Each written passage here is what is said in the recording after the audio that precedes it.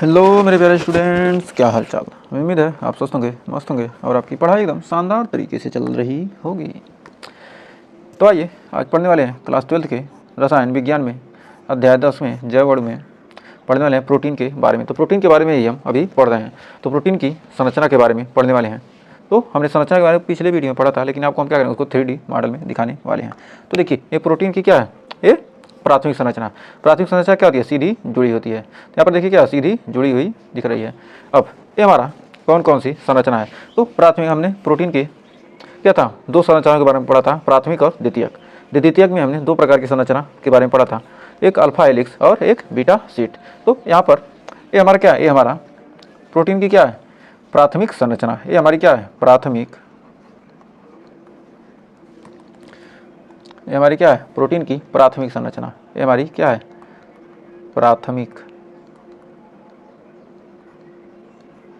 संरचना। ये क्या हो गई, प्राथमिक संरचना। इसमें कौन सा बंध जुड़ा होता है, किस बंध के द्वारा जुड़े होते हैं, प्रोटीन के जो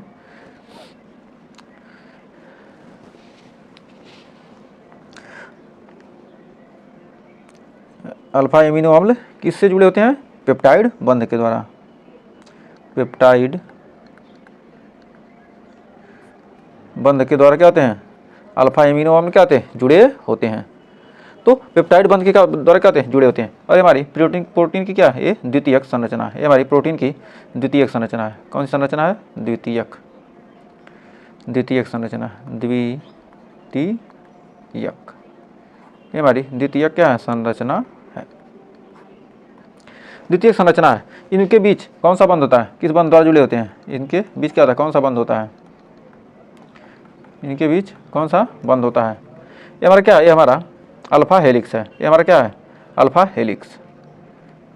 अल्फा हेलिक्स कौन सी संरचना, अल्फा हेलिक्स। ये क्या है, अल्फा हेलिक्स।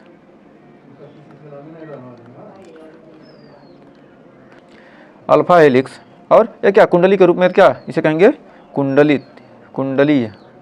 अल्फा हेलिक्स कुंडलीय, मतलब कुंडली के रूप में है। किस बंध द्वारा जुड़ा होता है, किस बंध द्वारा, हाइड्रोजन बंध। कौन सा बंध होता है, इन दोनों के बीच, यहाँ एक ही जगह देखते हैं, इनके बीच क्या होता है, कौन सा बंध जुड़ा होता है, किस बंध द्वारा क्या होते हैं, ये जुड़े होते हैं। यदि क्या होगा, इनके बीच कोई बंध नहीं होगा तो क्या हमारा हाइड्रोजन बंध। हाइड्रोजन बंध के द्वारा क्या होती है, ये संरचना इस प्रकार होती है। और ये हमारा क्या है, बीटा शीट, यानी चादरनुमा, चादर की तरह ना, एक के ऊपर बीटा शीट, यानी कि चादरनुमा, चादरनुमा होती है। यह चादरनुमा क्यों होती है, हाइड्रोजन बंध के कारण। हाइड्रोजन बंध के कारण नहीं तो क्या होगी, प्राथमिक संरचना यदि क्या हो जाएगी, इसको क्या करेंगे, सीधा खींच दें और हाइड्रोजन बंध के साथ जुड़ा हो तो क्या हो जाएगी, ये चादरनुमा संरचना क्या होगी, ये खत्म हो जाएगी और क्या होगी, प्राथमिक संरचना में आ जाएगी। इसको क्या कि सीधा कर दें, क्या होगा, ये अल्फा हेलिक्स क्या हो जाएगा, ये प्राथमिक संरचना की तरह हो जाएगा। तो अब जानते हैं प्रोटीन का विकृतीकरण। तो प्रोटीन का विकृतीकरण क्या कहलाता है, जो प्रोटीन की जटिल संरचना है, जैसे द्वितीयक और तृतीयक, इनके पीएच मान व ताप में क्या करते हैं, परिवर्तन करके क्या करेंगे, हम ताप में परिवर्तन करके हम क्या करते हैं, प्रोटीन का विकृतीकरण करते हैं। जैसे हमको क्या करना है, दूध से दही जमाना है, दूध से दही जमाने के लिए उसमें क्या करते हैं, ये हमारा दही जम गया, दूध से क्या करना है, दही जमाने के लिए हम उसमें क्या करते हैं, जोरन डालते हैं, या उसमें क्या करते हैं, थोड़ा सा दही मिलाते हैं, यानी उसकी पीएच वैल्यू को क्या करते हैं, बदलते हैं। जब क्या होगा, दूध को दही जमाने के लिए उसके पीएच वैल्यू में क्या करेंगे, परिवर्तन करेंगे, यानी विकृतीकरण करेंगे, तो क्या होगा, हमारा दही बनकर तैयार हो जाएगा। तो दूध की जो संरचना होती है क्या होती है, जटिल होती है, उसको क्या कहते हैं, दही में बदल कर दूध उसके क्या करते हैं, प्राथमिक संरचना में बदल देते हैं। उसके जटिल संरचना को क्या कहते हैं, प्राथमिक संरचना में क्या करते हैं, उसमें थोड़ा सा पीएच वैल्यू में क्या करेंगे, परिवर्तन कर देंगे और ताप में परिवर्तन करके उसको क्या कहते हैं, हम दही जमाते हैं। तो प्रोटीन का विकृतीकरण होता क्या है, तो आइए देखते हैं। तो लिख सकते हैं, प्रोटीन की जटिल संरचनाएं, प्रोटीन की जटिल संरचनाएं, जटिल संरचनाएं, प्रोटीन की जटिल संरचनाएं द्वितीयक व तृतीयक, द्वितीयक व तृतीयक,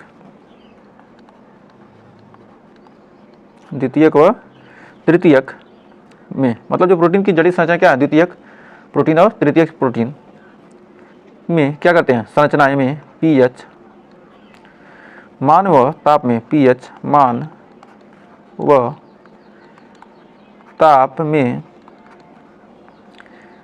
ताप के परिवर्तन से, ताप क्या कहते हैं, दही जमाने के लिए क्या कहते हैं, दूध को हल्का हल्का क्या कहते हैं, गर्म रखते हैं, तो वह ताप के परिवर्तन से संरचना प्राथमिक बदल जाती है। मतलब क्या करेंगे, उसके पीएच मान में क्या करेंगे, परिवर्तन कर देंगे, और उसके ताप में क्या होंगे, परिवर्तन करने से क्या होती है, जो संरचना होती है, परिवर्तन से संरचना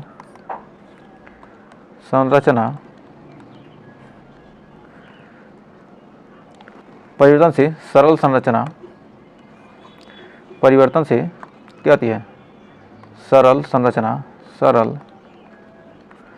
संरचना प्राथमिक यानी सरल संरचना यानी प्राथमिक में क्या होती है, बदल जाती है, प्राथमिक में बदल जाती है, क्या होती है, सरल प्राथमिक संरचना में क्या होती है, बदल जाती है। इस प्रक्रिया को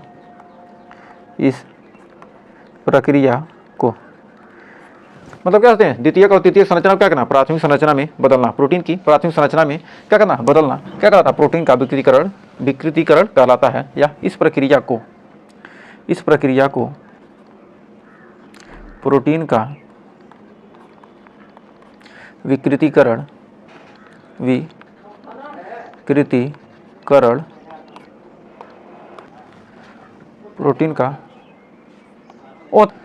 प्रोटीन का विकृतीकरण कहा जाता है।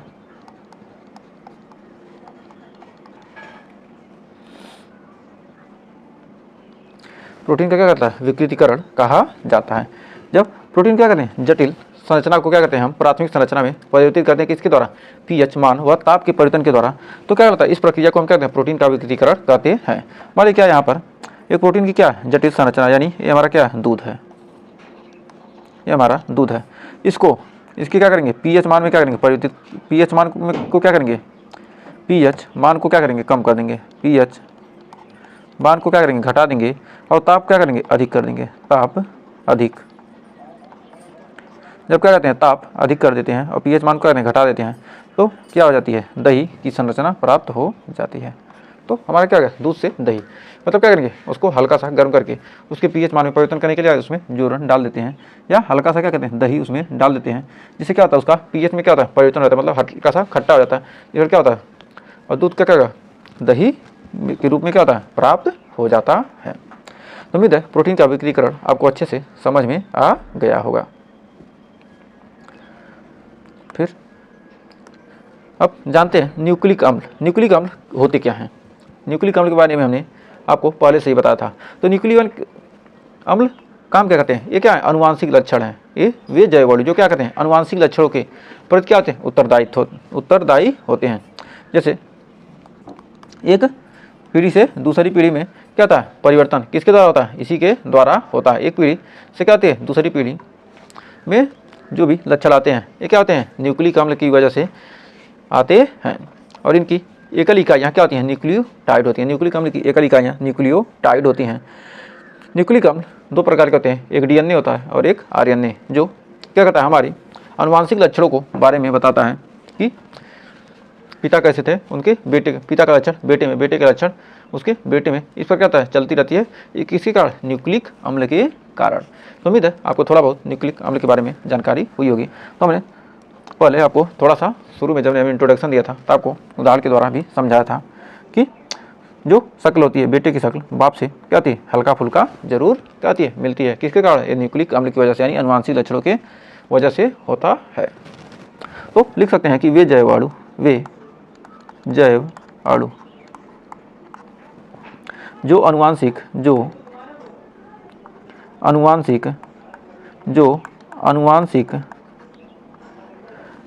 लक्षणों के प्रति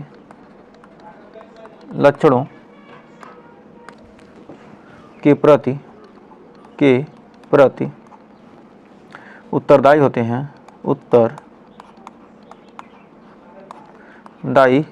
हैं वे जैववर्ज्यों क्या होते हैं, अनुवांशिक लक्षणों के प्रति क्या होते हैं, उत्तरदायी होते हैं। इनकी एकल इकाइयाँ, 1 लाख इकाइयाँ, इनकी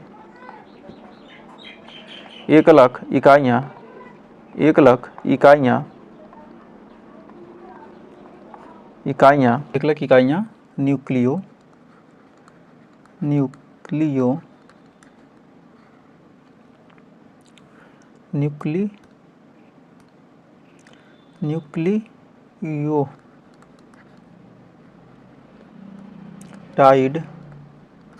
होती है।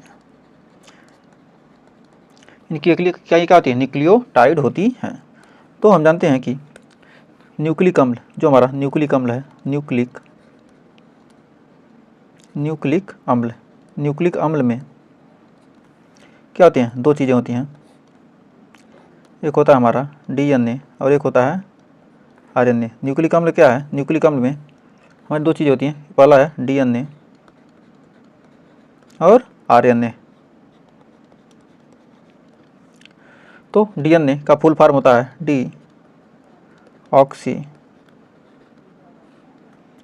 डीऑक्सी राइबोस न्यूक्लिक अम्ल।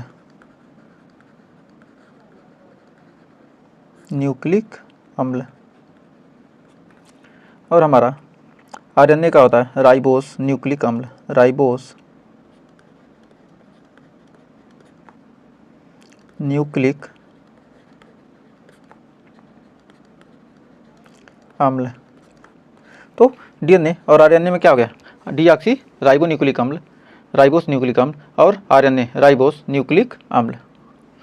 तो उम्मीद है यहाँ तक आपको कोई डाउट नहीं होगा। जो न्यूक्लिक अम्ल क्या है, जैव अणु की क्या अनुवांशिक लक्षण, मतलब माता के लक्षण संतान में और संतान के लक्षण क्या उसकी संतान में जो क्या होते हैं, लाते हैं, दाढ़ी मूछें आना, जो भी कहते हैं, हर चीज़ क्या होती है हमारी, ये सब क्या है, हमारी अनुवांशिक लक्षण हैं। जो माता के गुण क्या होते हैं, बेटे से, बेटे के गुण उसके बेटे से मिलते हैं। तो DNA और RNA के लिए आवश्यक संरचना क्या क्या, DNA और RNA के लिए क्या क्या क्या आवश्यक चीज़ें होती हैं, तो आइए जानते हैं। तो DNA या RNA, DNA या RNA, DNA या RNA श्रृंखला हेतु, ये क्या हमारी श्रृंखला, DNA या RNA श्रृंखला में क्या क्या चीज़ों की आवश्यकता होती है, किन किन चीज़ों से मिलकर ये बने होते हैं। तो पहला, तो इसमें आवश्यकता,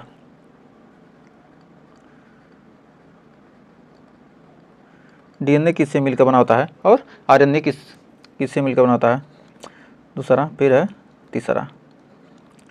ये क्या है, DNA RNA क्या है, ये हमारे क्या है, न्यूक्लिक अम्ल है, न्यूक्लिक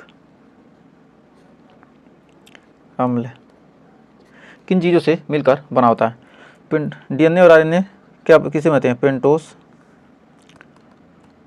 पेंटोस शर्करा, पेंटोस शर्करा, नाइट्रोजन युक्त क्षार, नाइट्रोजन युक्त क्षार। फिर है हमारा फास्फेट समूह, फास्फेट समूह। इन 3 चीज़ों से मिलकर क्या होती हैं, हमारे DNA RNA बनी होती हैं, जिसमें पेंटोस शर्करा, डीऑक्सी राइबोज, ये भी क्या होता है, पेंटोस शर्करा क्या होती है, 2 प्रकार की होती हैं, deoxy ribose, deoxy ribose, deoxy ribose, ये क्या है। और फिर हमारा है दूसरा शर्करा है राइबोज शर्करा। पेंटोस शर्करा में 2 शर्कराएँ होती हैं, डीऑक्सी राइबोज, इसमें क्या कहेगा, राइबोज शर्करा, इसके बाद राइबोज दो तरह की पेंटोस शर्करा, और पेंटोस शर्करा 2 प्रकार की है, डीऑक्सी राइबोज और राइबोज। क्या है, राइबोज है, राइबोज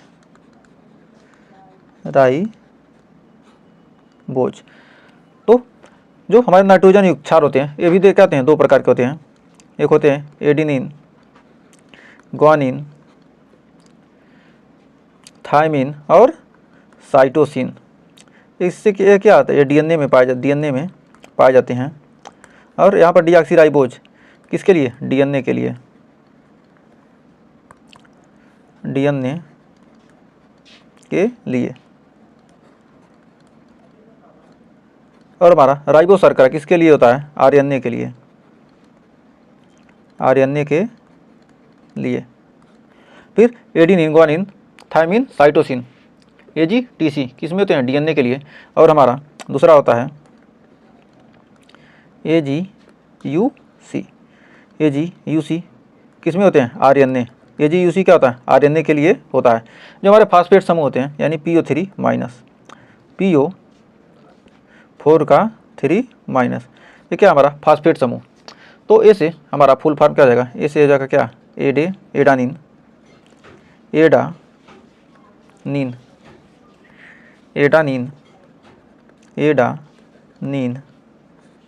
इंग्लिश में लिख सकते हैं ADANINE, एडानिन। जी से हो गया ग्वानिन,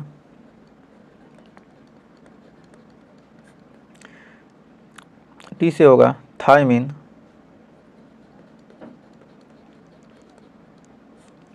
और यू से होगा uracil,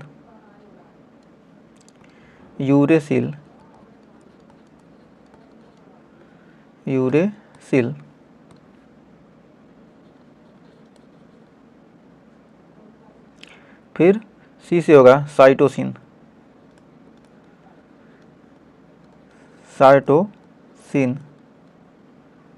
adenine, guanine, thymine, uracil, cytosine.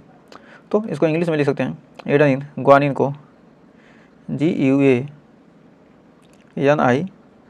Guanine, thymine THYA, MIN, thymine, uracil URACIL, uracil. फिर होगा साइटोसिन CYOTOSINE,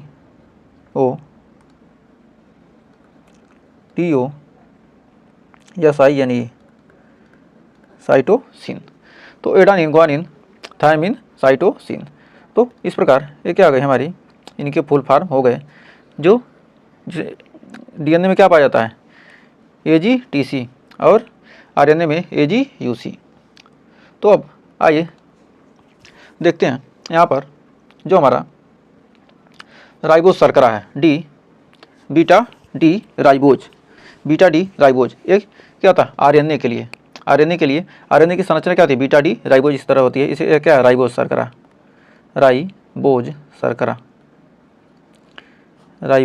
शर्करा की संरचना कैसे होती है, इस प्रकार होती है। राइबोज शर्करा की संरचना यहाँ पर आप देख सकते हैं। ये क्या हमारी राइबोज शर्करा की है। यह किसके लिए होता है, आरएनए के लिए। आपके एग्जाम में नहीं आएगा, बस जान लीजिए कि इस तरह होता है राइबोज शर्करा। ये क्या है, आरएनए के लिए होता है। ये क्या हमारा राइबोज शर्करा है। और ये हमारा beta D2 deoxyribose.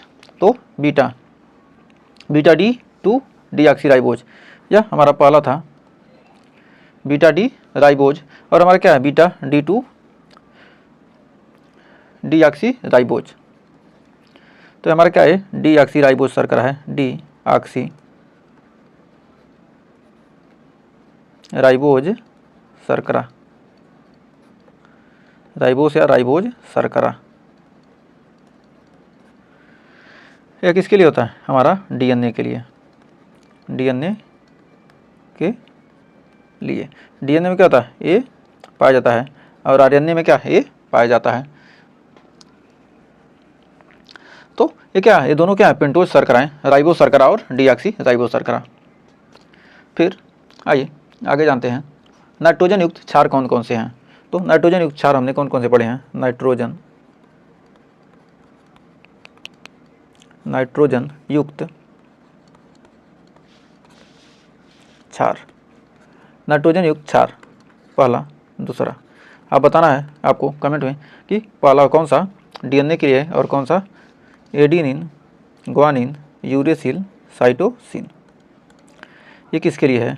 Adenine, guanine, thiamine, cytosine. तो कौन सा आरएनए के लिए होगा, कौन सा डीएनए के लिए होगा? जल्दी से आप क्या कीजिए, इसको कमेंट में बताइए, कौन सा डीएनए के लिए, कौन सा आरएनए के लिए होगा। तो हमारा यू आ गया, यानी आरएनए, आरएनए के लिए, जी से ग्वानिन, थायामिन, थायामिन क्या है? डीएनए के लिए, डीएनए के लिए।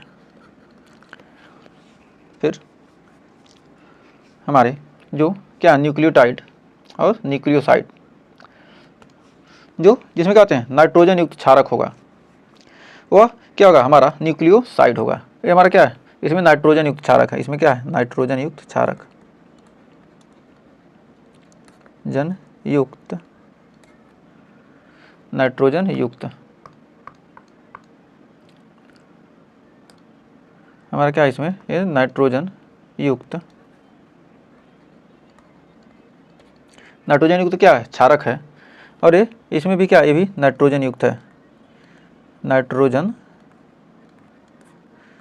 युक्त क्षारक है। लेकिन इसमें क्या है? फास्फेट समूह, नाइट्रोजन युक्त क्षारक, और क्या है? इसमें फास्फेट समूह उपस्थित है। इसमें क्या है? इसमें OH समूह है, इसलिए क्या होगा? न्यूक्लियोसाइड होगा। यह क्या है? शर्करा है, ये भी क्या हमारा? शर्करा है। इसमें क्या है? हाइड्रोजन, हाइड्रोक्साइड समूह है, OH समूह है, इसमें क्या है? फास्फेट समूह है। तो जो हमारा हाइड्रोक्साइड रहेगा, नाइट्रोजन युक्त शर्करा, उसे क्या कहेंगे हम? न्यूक्लियोसाइड। इसे हम कहेंगे न्यूक्लियो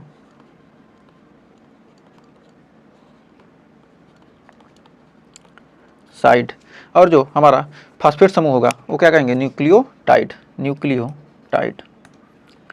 तो उसे हम कहेंगे क्या? Nucleotide, nucleo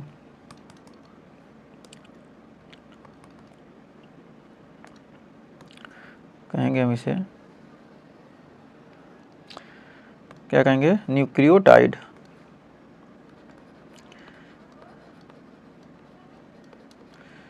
लियोटाइड। तो क्या होगा? ये हमारे न्यूक्लियोटाइड हो गया। तब जानते हैं न्यूक्लियोटाइड होता क्या है। तो न्यूक्लियोटाइड जिसमें फास्फेट समूह आता है, क्या डीएनए आरएनए क्या होती है? श्रृंखला में क्या होते हैं? न्यूक्लिक अम्ल पाया जाता है, उसे क्या कहते हैं हम? न्यूक्लियोटाइड होते हैं। न्यूक्लियोटाइड किस में पाते हैं? डीएनए और आरएनए में। तो आइए नोट में लिखते हैं, नोट। हम जानते हैं न्यूक्लियोटाइड, जो हमारे न्यूक्लियोटाइड हैं, न्यूक्लियोटाइड, न्यूक्लियोटाइड,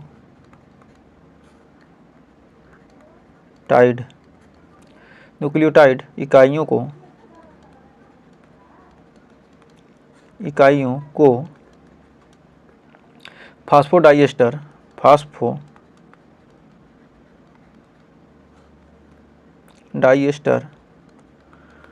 फास्फोडाइएस्टर बंध के द्वारा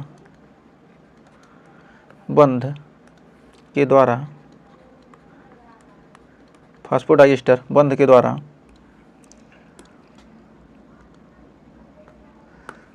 द्वारा आपस में जोड़ने पर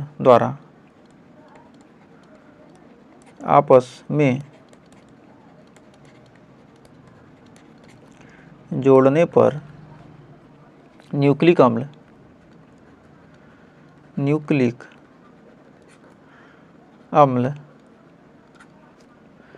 डीएनए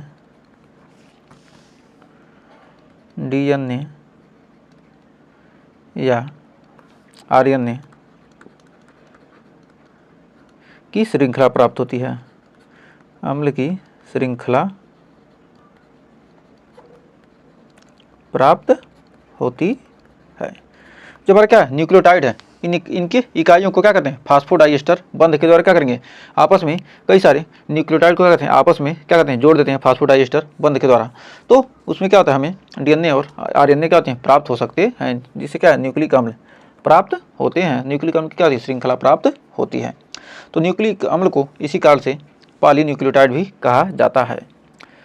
तो न्यूक्लिक अम्ल को इसी के कारण, न्यूक्लिक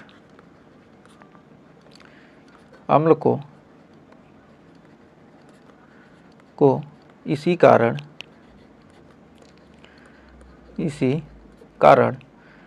से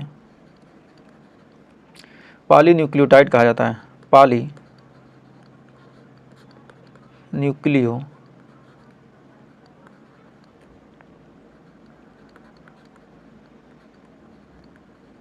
न्यूक्लियोटाइड कहा जाता है।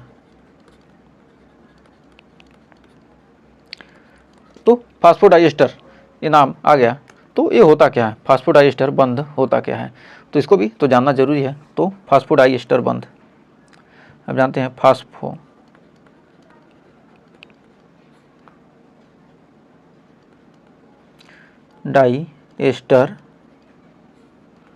बंध, तो ये बंध होता क्या है, तो आइए जानते हैं। एक बंध जो, वह बंध मतलब वह बंध जो दो न्यूक्लियोटाइड इकाइयों को क्या करते हैं, जोड़कर डीएनए और आरएनए की श्रृंखला का क्या करता है, बनाने का कार्य करता है, फास्फोडाइएस्टर बंध बनाता है। वह बंध जो दो न्यूक्लियोटाइड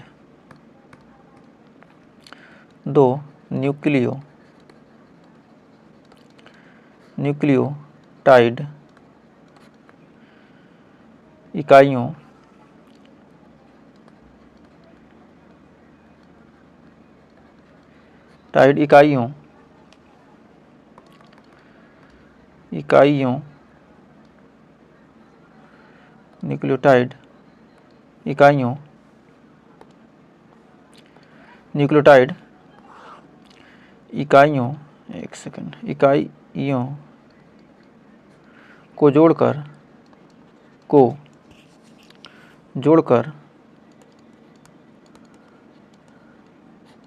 को जोड़कर डीएनए या आरएनए की श्रृंखला बनाने में कार्य करता है। डीएनए या आरएनए श्रृंखला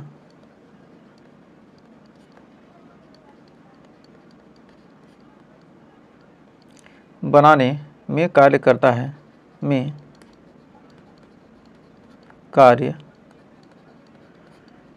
है, फास्फोडाइएस्टर बंध कहलाता है।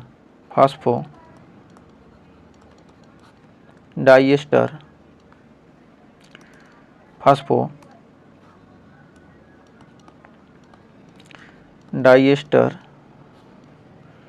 बंध कहलाता है।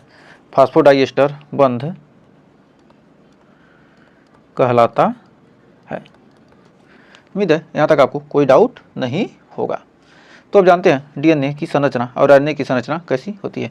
ये तो हमारा क्या आ गया, ये हमारा संरचना क्या आ गया डीएनए का, ये हमारा क्या है डीएनए, ये क्या होता है द्विकुंडलित होता है। लेकिन आरएनए, जो हमारा आरएनए होता है वो क्या होता है, हमारा एक कुंडलित क्या है संरचना है। तो हमारा आरएनए क्या है, एक कुंडलित संरचना है।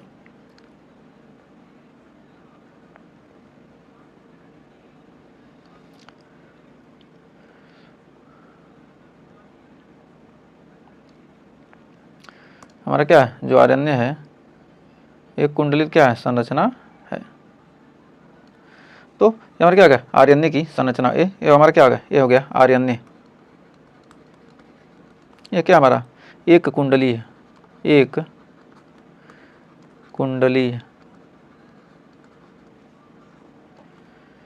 सिंगल हेलिक्स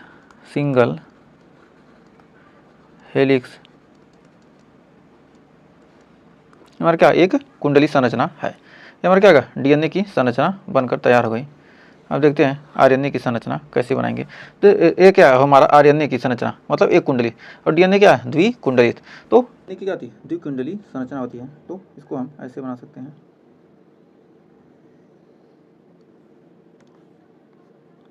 इसको बना सकते हैं इस तरह।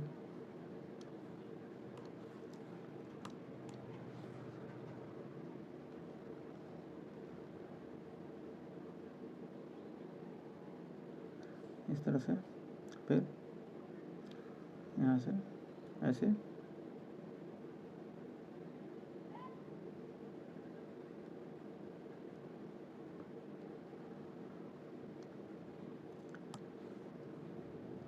यहाँ से एक सेकेंड, ऐसे बनेगा, ऐसे बनेगा, फिर ऐसे जाएगा, फिर ऐसे जाएगा, फिर इस तरह से क्या जाएगी हमारी डीएनए की संरचना बन जाएगी। ये क्या है, ये डबल हेलिक्स होता है। ये क्या होता है, इस पर क्या होता है, ये ए और टी और सी के बीच क्या होता है, यहाँ पर बॉन्ड होता है। तो यहाँ पर क्या है डीएनए, ये क्या होता है, द्विकुंडली संरचना, द्विकुंडली संरचना होती है, द्विकुंडलीय संरचना होती है। जो हमारा डीएनए का क्या है, वे द्विकुंडली यानी double helix, double DOUB double helix, क्या है डबल हेलिक्स संरचना। इसमें क्या होता है, ए और टी के बीच क्या होता है, बंध होता है, और इसमें जी और सी, ए और टी और जी और सी के बीच क्या होते हैं, बॉन्ड बने होते हैं। इस पर क्या होता है, ये जुटा होता है, जी और सी और ए और टी के बीच क्या होता है, बंध से क्या होता है, जुड़ा होता है। तो हमारा ये क्या है, डीएनए की संरचना, और ये हमारी आरएनए। डीएनए क्या होता है, द्विकुंडली होता है, डबल हेलिक्स, और जो आरएनए है क्या है, सिंगल हेलिक्स यानी एक कुंडली संरचना होती है। तो यहाँ पर देखिए, तो इसका यहाँ पर देखिए जो हमारा क्या है डीएनए, ए और टी के बीच क्या है, बंध से क्या हुआ, जुड़ा हुआ है। तो क्या हमारी क्या है, डीएनए की संरचना हो गई। तो उम्मीद है यहाँ तक कोई डाउट नहीं होगा। तो डीएनए और आरएनए में आइए डिफरेंस देखते हैं। तो डीएनए और आरएनए में अंतर क्या होगा। तो आइए डीएनए और आरएनए में क्या करते हैं, डिफरेंट फाइंड करते हैं।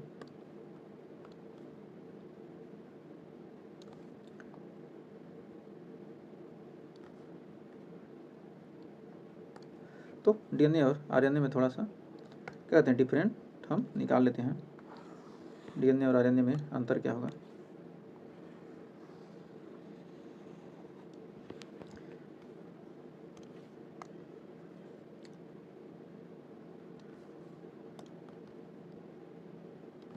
तो अब आइए देखते हैं डीएनए और आरएनए में अंतर। तो सबसे पहले पहला पॉइंट, तो डीएनए और आरएनए में सबसे पहला अंतर क्या होगा। तो इसमें पहला लिखेंगे हम पेंटोज शर्करा, पेंटोज शर्करा। तो पेंटोज शर्करा क्या होता है, इसमें डीएनए में क्या होता है और आरएनए में क्या होता है, पेंटोज शर्करा, पेंटोज शर्करा। तो हमारा आरएनए में क्या होता है, राइबोस शर्करा, राइबोस।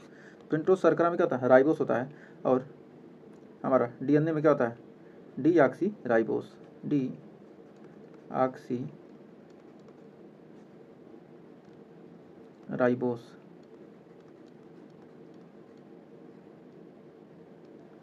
Deoxy ribose. फिर दूसरा हमारा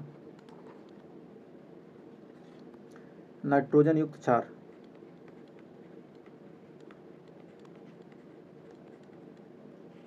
नाइट्रोजन युक्त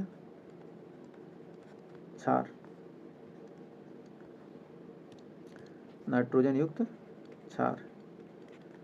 इसमें भी नाइट्रोजन युक्त क्षार क्या होते हैं, दोनों में अलग अलग होते हैं। तो नाइट्रोजन युक्त क्षार।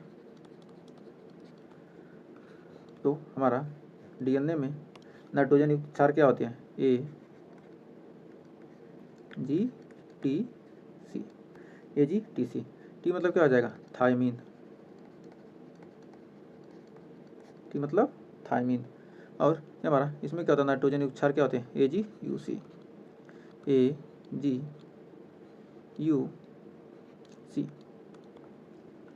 यूरेनियम, यू से आरएनए याद रखिए, यूरे, DTC, DTC याद करिए। तो आपको थोड़ा सा याद करने का, यू से क्या हो गया हमारा, यूरेसिल,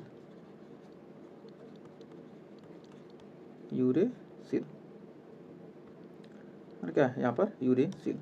फिर तीसरा हमारा डीएनए द्विकुंडली होता है। डीएनए हमारा क्या होता है, द्विकुंडलीय होता है, डीएनए द्विकुंडलीय, देख सकते हैं यहाँ पर डीएनए द्विकुंडलीय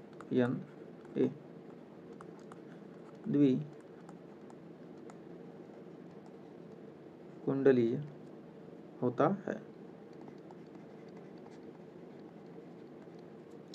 जो हमारा तीसरा आर्यन्य है, आर्यन ये क्या होता है? एकल कुंडली होता है, एकल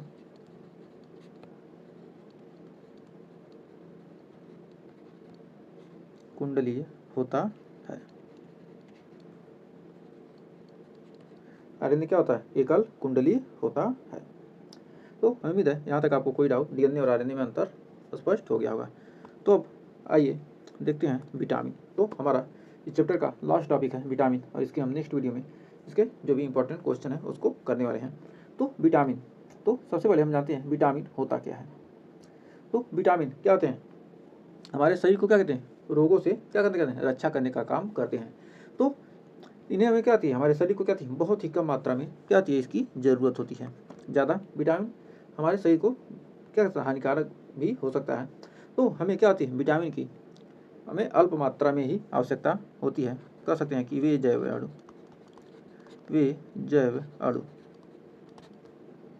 जो अल्प मात्रा में ही शरीर को रोगों से बचाते हैं, मात्रा में ही शरीर को रोगों से बचाते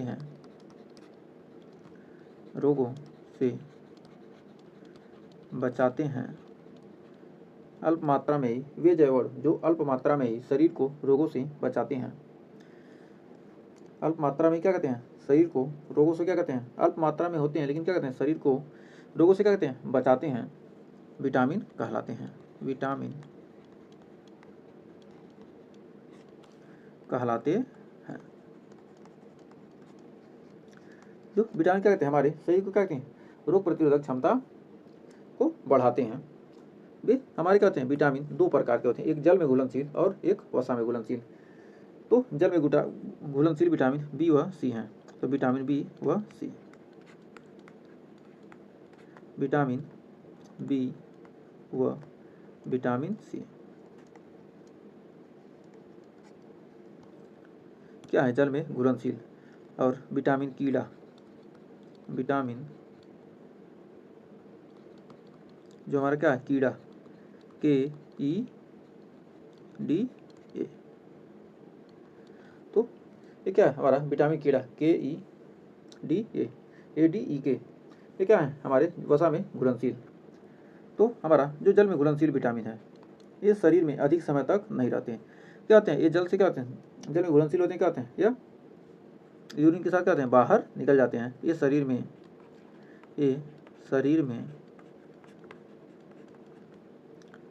अधिक समय तक नहीं रहते हैं, शरीर में अधिक समय तक नहीं रहते हैं, समय तक नहीं रहते हैं। ये शरीर में क्या होते हैं? अधिक समय तक नहीं रहते हैं। और वसा में घुलनशील जो है हमारा, ये शरीर में अधिक समय तक रहते हैं। ये शरीर में अधिक समय तक रहते हैं। तो उम्मीद है यहाँ तक आपको कोई डाउट नहीं होगा। तो आइए जानते हैं कुछ विटामिन के नाम जो इम्पोर्टेंट विटामिन आपके बोर्ड एग्जाम के लिए महत्वपूर्ण है। तो हमारा विटामिन ए, जिसका रासायनिक नाम क्या है? रेटिनॉल, यह वर्णांता और रतौंधी जो रात में नहीं दिखाई देती है, इसकी कमी से होने वाला रोग क्या होगा? रतौंधी, यानी रात में दिखाई नहीं देना। रात में रतौंधी जानते ही होंगे, कहते हैं दिनौंधी आवता, रतौंधी आवता, तो वही वाला रात में दिखाई न देना, दिखाई नहीं देता है। रात में क्या होगा? दिखाई नहीं देता है। ये हमारा रतौंधी है। विटामिन B1, इसका नाम क्या है? थायमीन। इससे क्या होता है? हमारा बेरी रोग होता है, इसकी कमी से बेरी रोग। और विटामिन B2 या क्या है? इसका नाम है राइबोफ्लेविन। ये इससे की कमी के कारण क्या होता है? चमड़े क्या होती हैं? सफ़ेद हो जाती है। तो विटामिन D2 का सेवन भी क्या है? जरूरी है। विटामिन B1 इसका नाम क्या है? थायमिन, जिसकी कमी से क्या होता है? बेरी रोग होता है।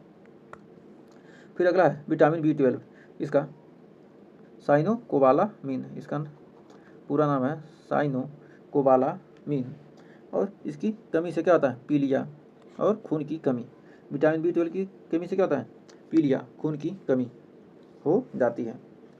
फिर हमारा विटामिन C है, खून की कमी यानी RBC की कमी, RBC की कमी क्या था? RBC की कमी क्या होती है? B12 की वजह से हो जाती है। तो और विटामिन C एस्कॉर्बिक अम्ल, इससे स्कर्वी, मसूड़ों का सूजना, ये सब क्या होती हैं? बीमारी, मसूड़े जो होते हैं सूज जाते हैं, स्कर्वी हो जाती है। अब विटामिन D, इससे क्या होता है? कैल्सीफेरॉल, इसका नाम पूरा नाम क्या है? कैल्सीफेरॉल, इससे क्या होता है? सूखा रोग या रिकेटस। ये क्या है? विटामिन D की कमी से होने वाला रोग है। लोग कहते हैं क्या? विटामिन D किससे मिलेगा? धूप से। धूप से विटामिन D हमको नहीं मिलता है। विटामिन D जो क्या है? धूप से हम क्या कहते हैं? एनर्जी लेते हैं। एनर्जी लेकर क्या कहता है? हमारा शरीर क्या होता है? विटामिन D बनाता है, न कि धूप से आपको क्या मिलती है? विटामिन D मिलती है। ये बात हमेशा ध्यान रखिएगा कि हम धूप में तो क्या विटामिन D ले रहे हैं, विटामिन D नहीं ले रहे हैं। हम धूप से क्या करें? धूप से ऊर्जा ले रहे हैं, जो क्या होगा? हमारे शरीर में क्या होगा? उसकी वजह से क्या होगा? विटामिन D बनेगा। अब विटामिन E का रासायनिक नाम क्या है? टोकोफेरॉल, और इसकी कमी से क्या होता है? प्रजनन में कमी हो जाती है। तो विटामिन के या फाइलोक्विनोन, इसका रासायनिक नाम फाइलोक्विनोन, और खून के थक्के न जमना, इसकी वजह से क्या होता है? इसकी कमी से खून के थक्के नहीं जमते हैं। तो आइए थोड़ा सा याद करने का आपको थोड़ा सा ट्रिक बता देते हैं। एक थोड़ा सा छोटा सा ट्रिक है, आपको अच्छा लगे तो अच्छी बात है। तो रथ एक टाफी, मतलब विटामिन ए रथ, र से रेटिनाल, विटामिन ए का रासायनिक नाम पूछें तो क्या करेंगे? रेटिनाल। और बी से यानी थ, ABCD के बाद ई आएगा, ई के बाद के। तो बी से क्या होगा? विटामिन बी यानी थ से थायमीन, ए से एस्कॉर्बिक अम्ल, और विटामिन डी का कैल्सीफेरॉल, और ई का टेकोफेरॉल, और के का फिनोक्विनोन। तो इस तरीके से आप क्या सकते हैं? टिक बना भी अपने खुद भी सकते हैं। तो उम्मीद है यहाँ तक आपको सेशन अच्छा लगा होगा। तो आज के लिए बस इतना ही। तो इसके नेक्स्ट वीडियो में हमारा तो चैप्टर यहाँ पर रहता समाप्त। इसके नेक्स्ट वीडियो में हम करेंगे बोर्ड एग्जाम में पूछे जाने वाले जितने भी क्वेश्चन हैं उनको हम डिटेल के साथ चर्चा करने वाले हैं। तो मिलते हैं नेक्स्ट वीडियो में, तब तक के लिए टेक केयर।